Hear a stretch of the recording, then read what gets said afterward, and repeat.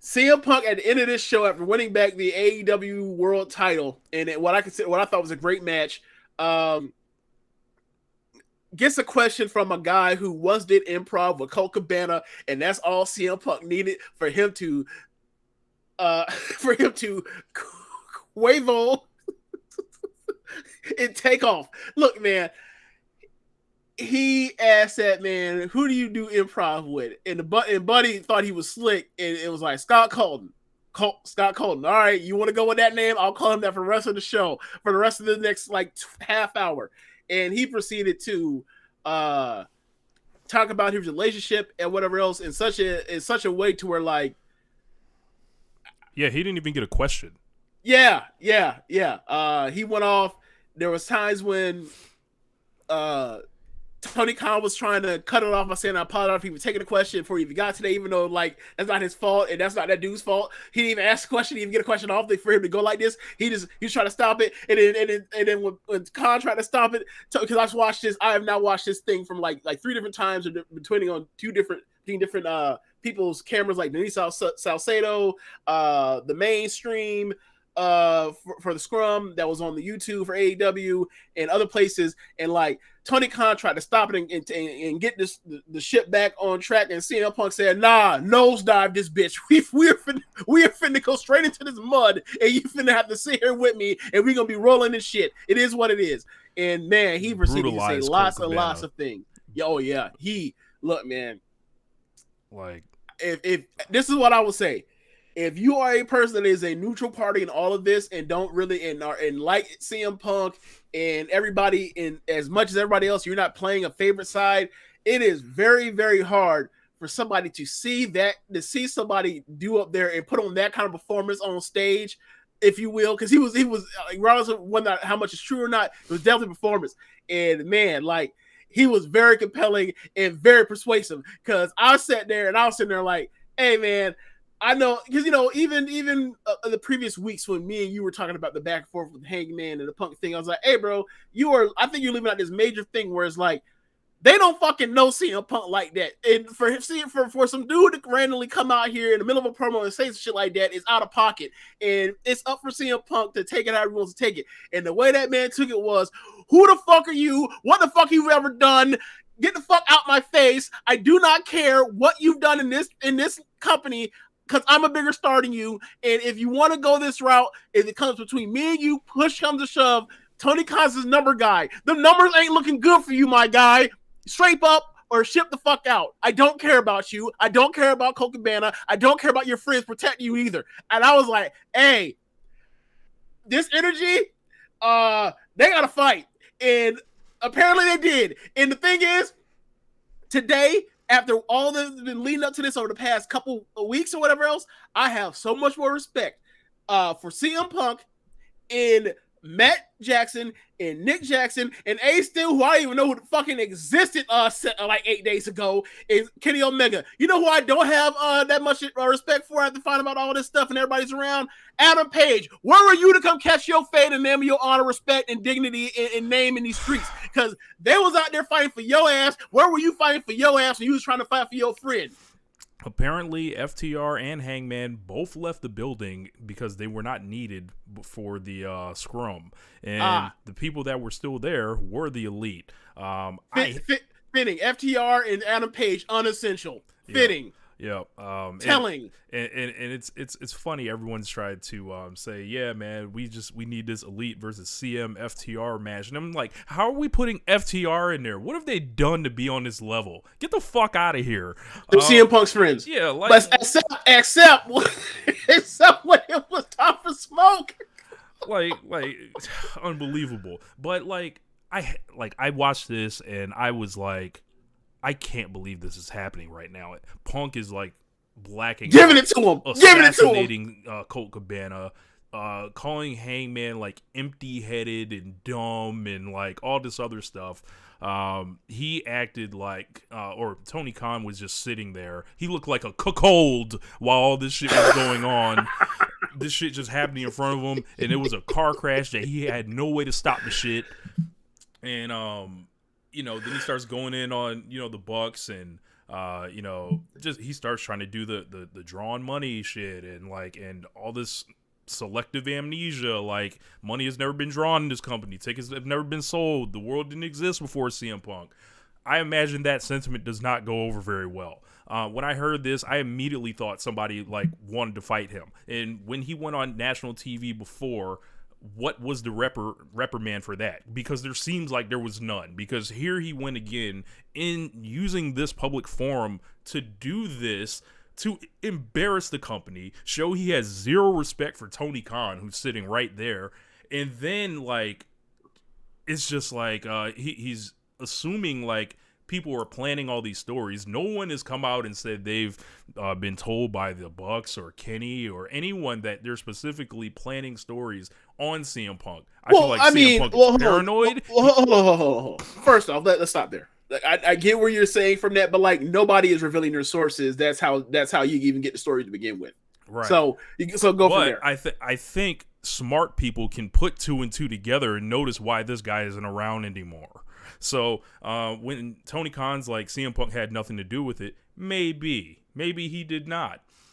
But it is like, I think people were just looking at which way the wind is blowing on this, and it's like, it doesn't necessarily need to be the elite planning stories. And then CM Punk goes on about, jeopardizing the first $1 million gate. I'm looking at it. Most people took that as him threatening, saying he was not going to show up for the pay-per-view. Yeah, which is weird to me how people, like, I can see how people believe that if you only watch that sound clip of that particular part of the thing. But as he leaves, if you watch the whole ultimately very compelling 26 minutes, the 5-star 26 minutes, if you watch that, you see what he means by that. He's upset. Like, the stuff that you were hinting at of what you think he meant was the Colt Cabana thing when the workers' rights line got brought up by Adam Page. That was exactly what he's pissed about. Nobody responded to in real time. Like, only like certain people that were really plugged in, like Voices of Wrestling, Josh Smith, myself, and like a small group of people were kind of like speculating about this. Like, and like, yo, there's something right there, and that's clearly Colt Cabana. I remember we had group chats about it. I'm like, there's nothing else it could be. And like, I was sure of it.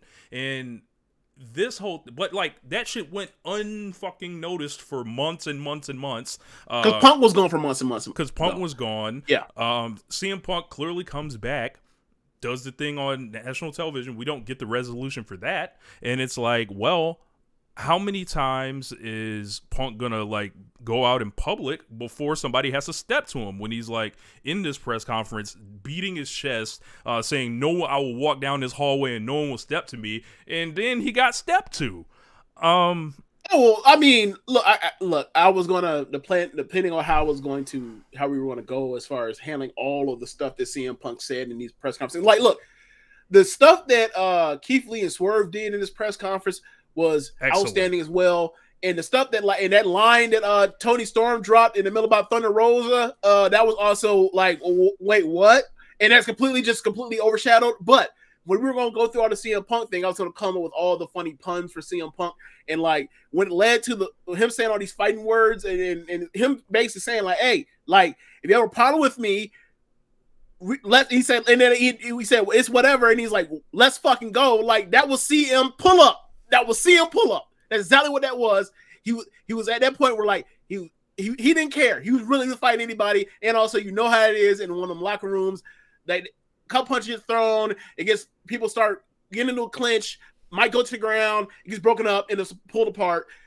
And whoever landed a punch or two, you can say one or whatever else. And then from there, the story of what actually happened far outgrows whatever actually really transpires. And out because like I've heard rumors today that CM Punk dropped one of the Jacksons today, and I was like, I can't. What?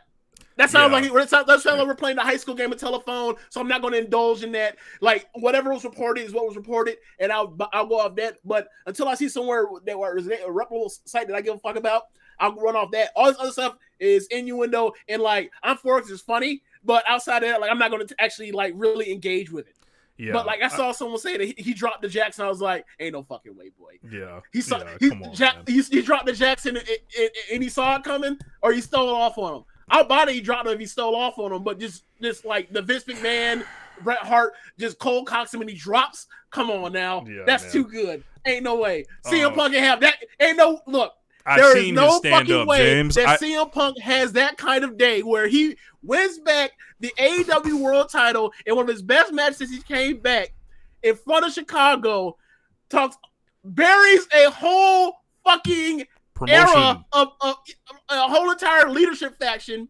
And in a way, you can be like, hey, he's pretty persuasive right here for 40 points. He's wrong at some points, but for what he stand up, what he believes in, I'm with it. And then drops one of the niggas like minutes later. Ain't no way someone had a day this good since this pandemic started. Ain't no fucking way. So, I need verification on that one. Ain't no way. I was hearing stories early this morning that kind of like, you know, I was hearing one version of the story and I was seeing all the same reporting as everyone else, and it was like it's hard to really talk about, so bear with me here, but the whole thing, you know, rolls from Hangman, basically like he has this attitude where no one's done shit in this business except him. And that to me sounds like code for you've never been to WWE.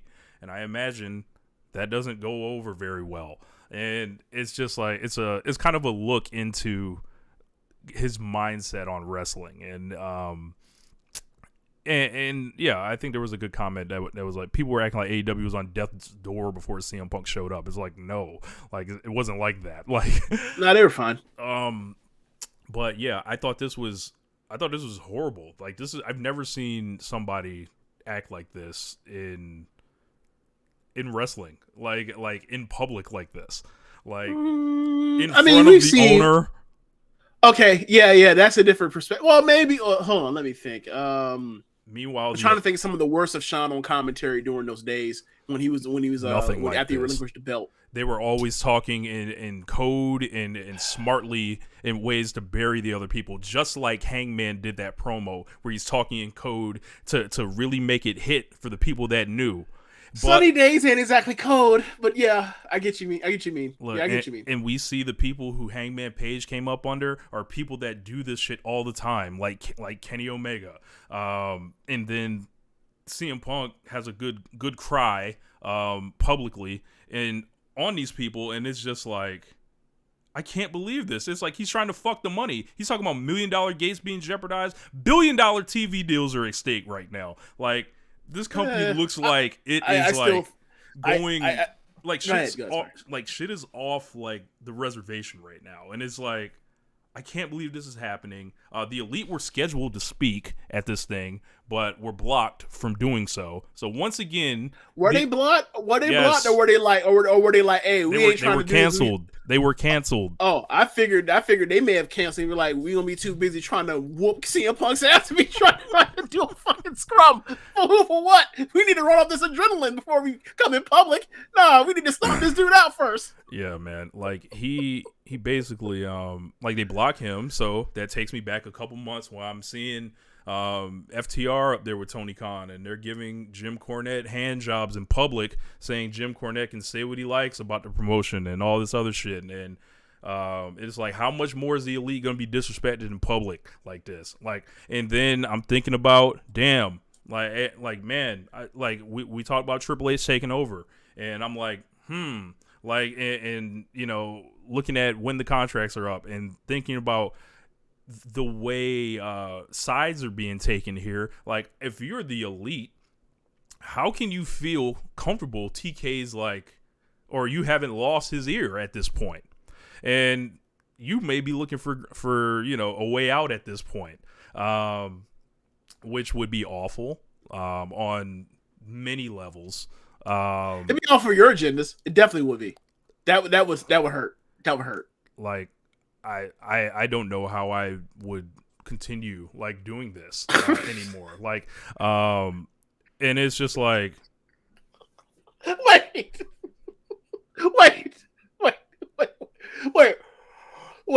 So, okay. So hold on. But okay, what are we talking about here?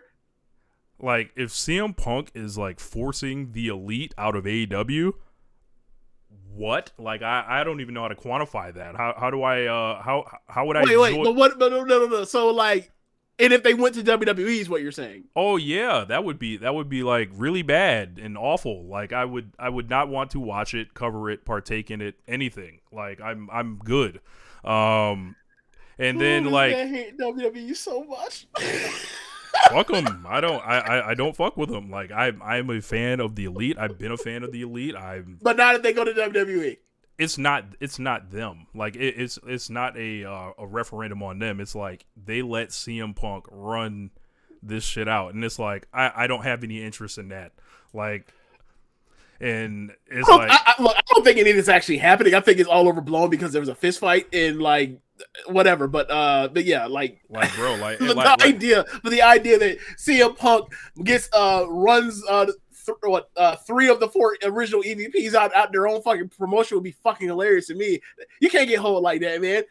Look, are you the EVP or are you a do boy? Pick one. You can't get hold off your own spot. You right, just can't. and it's like, are they EVPs? It's like, well, they're not allowed to answer this guy in public. They're not allowed to confront him in private because they quote unquote look like bullies. Like, what's the deal here? And then we get into the actual skirmish of all this shit. And it's like, let's see. So, hold on, I got a story here.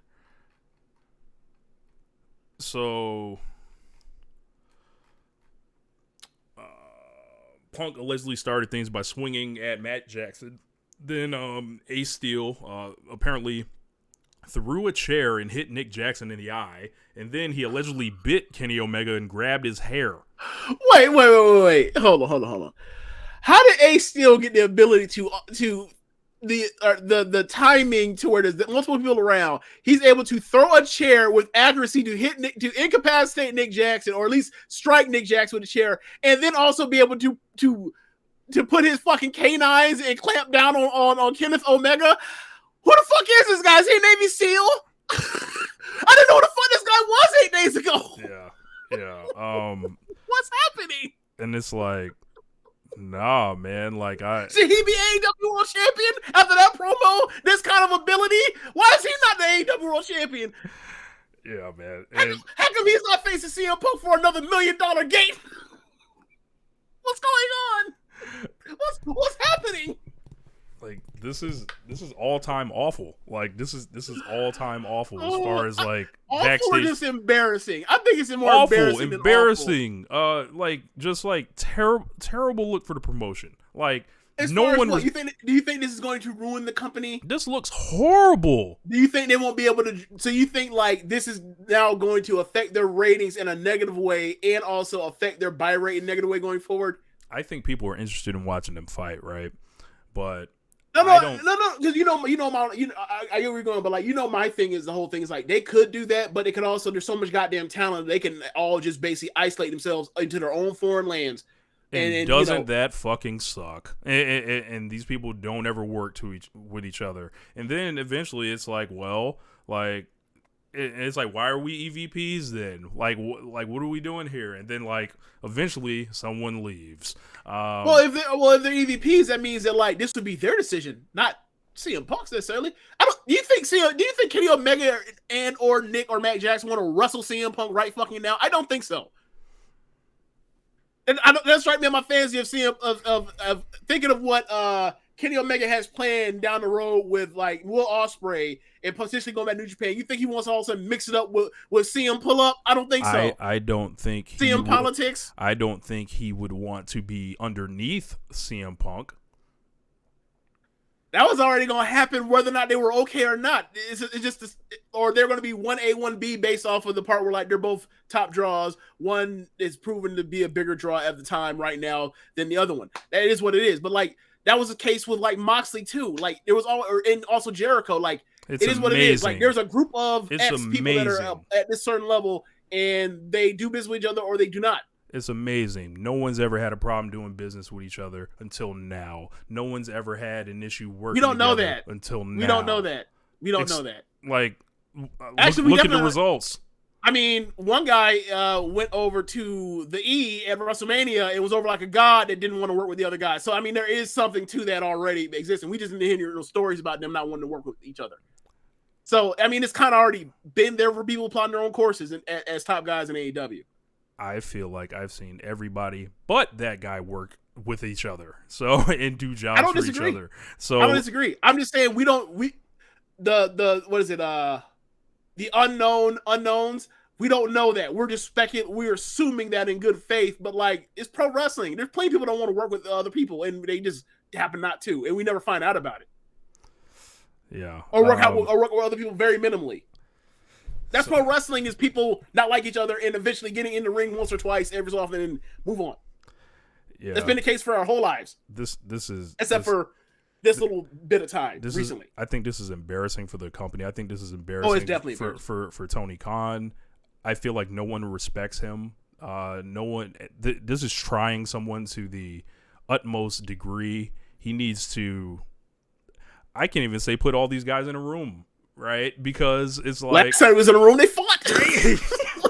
I can't even say that. And it's like, it's unbelievable, like how far it's gotten, like this far, and it's like, it's like, where did all this go wrong? There are a lot of people that are sad about this. I hear backstage, that great environment that was built up forever, gone, up in smoke, flames right now. And last night, I wanted the Elite to get on the podium very badly for about 90 minutes. I was like, they got to respond. Like, they got to let them respond. And then I thought about it more, and I was like, well, that's another thing they can't win, because they're executives, and then they'll be yelling at, like, the quote-unquote person that's working for them in public. So I was like, well, I guess it was better they didn't get a chance to go do that.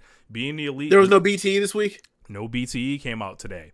So don't get mics eventually, so whatever, they'll say what they have to say, because no one's been allowed to respond to CM Punk at all. Like, do we ever get to see Hangman Page talk? No. Do we ever get the Elite Adam Page doesn't like to do the talking much anyway, so it is what it is with him. Like I can't with Adam Page, like, I can't expect him to do whatever. Like, he's wishy-washy, like with the passive wrestling thing. And then like if you're going to get anybody to say anything, it'll be Kenny Omega. Like Kenny Omega did, like, after sticking up for Adam Page the other week. Yeah. And he basically, like, like that other week promo where he was talking about, as long as we're here, this is gonna be like a genuine, authentic Elite performance. We're not here to we're not here like about this money. We're about this legacy. We're not trying to be anybody else. This is not a tribute act, all this other shit. And I felt like that was clearly aimed in the Punk direction. He was sticking up for Adam Page because, like I said, Adam Page doesn't do much of the talk. Except small instances, which is like he actually is good at, but he doesn't do it. Ace Steel is throwing chairs at people and he's like a producer and shit, he has to be fired. He has to go. Immediately. Should have been fired last night, that's the case. And then it's like, well, when you fire him, CM Punk immediately walks out, right? Not necessarily. He can be pissed, though. Because, like, Shawn Michaels didn't, like, ask to be fired or actually he did ask for his release after Nash and what's his name go, but, like, they did the same thing that, like, the Lakers did with Kobe in 2007 and, like, what the Nets just did with Durant. It was like, you're mad, you're upset, we're not going to let you go, you're going to have to come back. And he's like, they're going to be pissed and they eventually just come back. So it is what it is. Like, they don't have to wrestle. Like, and I understand the idea that sucks that that you can see that people don't want to wrestle each other. But, like, I mean, if we were to go back over the time frame of certain things, we can see a bunch of people not wanting to work with other people all the time, besides what we already know from, things like like torches and observers. It is what it is. I just thought Punk was just like, I think it was wild that, like you mentioned, like, super unprofessional. And, like, also a part that I can mention nearly enough is, like, there's clearly, like, people, like you mentioned, like the cuckolding thing with Khan. Like, clearly there's been a lot of venting and frustration from Punk that Khan has heard and has, like, absorbed.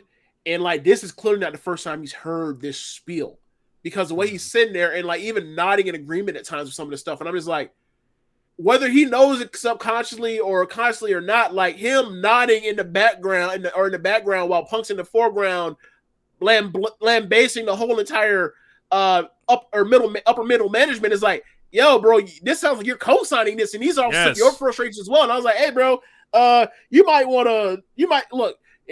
I know you tried to pull it back on the road, and he pulled it back off. At that point, you know what you do? You just press the emergency brakes, and then you put it in park, and you turn it off and say, we're not doing this anymore. You can't just let him just continue to go on for 20-some minutes.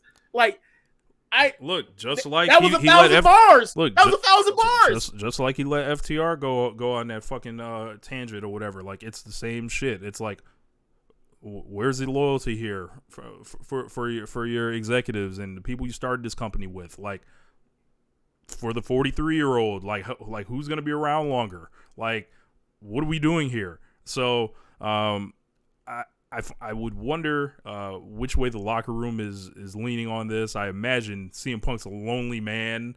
Yeah,